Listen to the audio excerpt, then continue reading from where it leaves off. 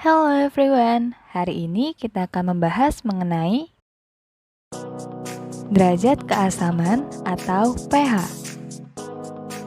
Air merupakan unsur yang tidak dapat dipisahkan dari kehidupan manusia. Setiap makhluk hidup sangat bergantung pada air dalam mempertahankan hidupnya.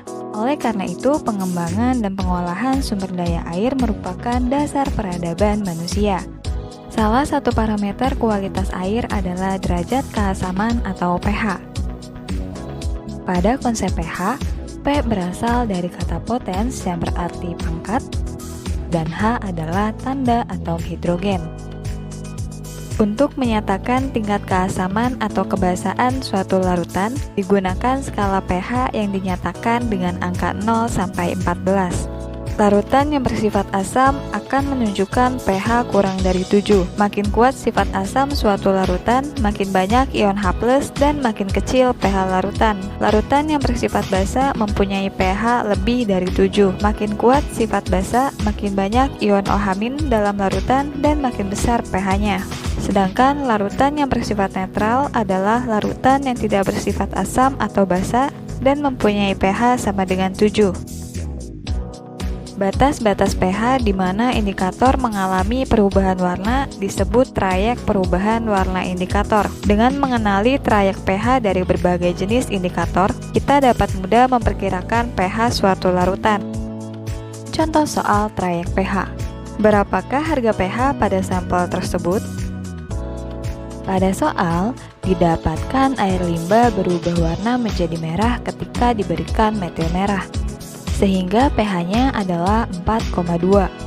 Kita buat garis ke arah kiri.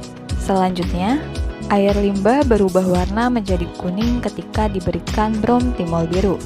Artinya, pH-nya adalah 6. Dapat kita gambarkan garisnya ke arah kiri. Selanjutnya, air limbah menjadi tidak berwarna ketika diberikan fenolftalin, sehingga pH-nya adalah 8,3. Sehingga dapat kita tuliskan dan kita tarik garis ke arah kiri.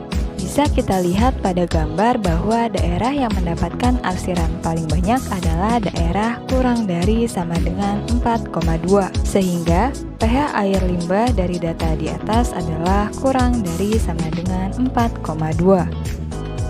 Ada beberapa cara untuk menentukan pH larutan, yaitu dengan menggunakan indikator universal, pH meter, dan melalui perhitungan.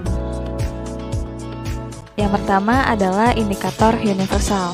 Penggunaan indikator universal sangat sederhana, yaitu dengan dicelupkan pada larutan atau ditetesi dengan larutan yang akan diukur pH-nya, kemudian bandingkan perubahan warna yang terjadi pada peta warna yang tersedia. pH meter adalah alat pengukur pH dengan ketelitian yang sangat tinggi. Cara menggunakannya sangat sederhana, yaitu dengan mencelupkan pH meter ke dalam larutan yang akan diperiksa, kemudian baca skala yang ditunjukkan oleh jarum atau angka pada pH meter. Selanjutnya adalah perhitungan kimia. Perhitungan mengenai konsentrasi H+ atau OH- selalu menyangkut bilangan yang sangat kecil. Bilangan tersebut dinyatakan dalam harga logaritma negatifnya. Lalu bagaimana cara menentukan pH melalui perhitungan kimia? Kita bahas di video selanjutnya. Sampai jumpa!